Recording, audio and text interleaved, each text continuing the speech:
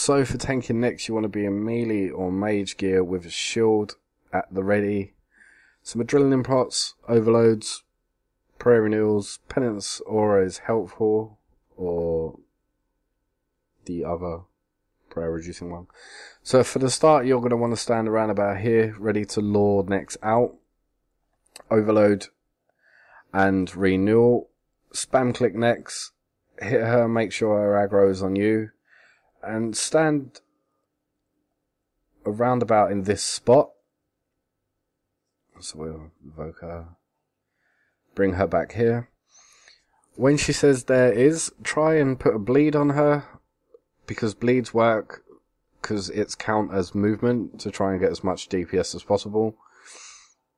And just try and keep her aggro on you, so you're ready for shadow phase.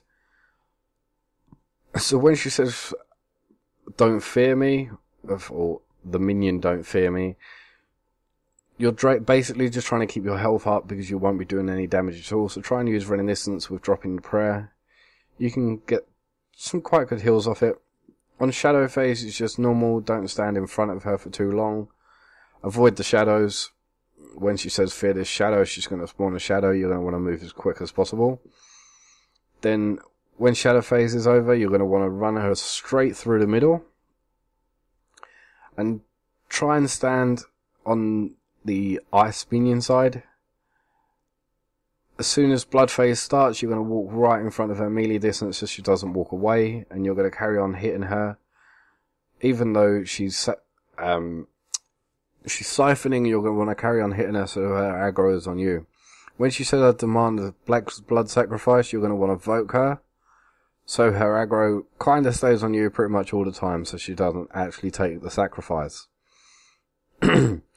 When she's called the minion, try and keep an eye on the minion's health, because when she sacrifices, she's going to die in a prison of ice.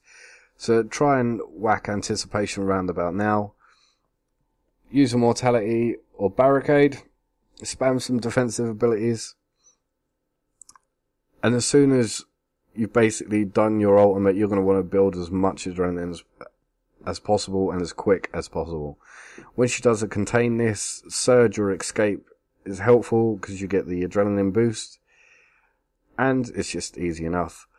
When the contain this is nearly finished, you're going to want to activate anticipation and do your barricade or mortality.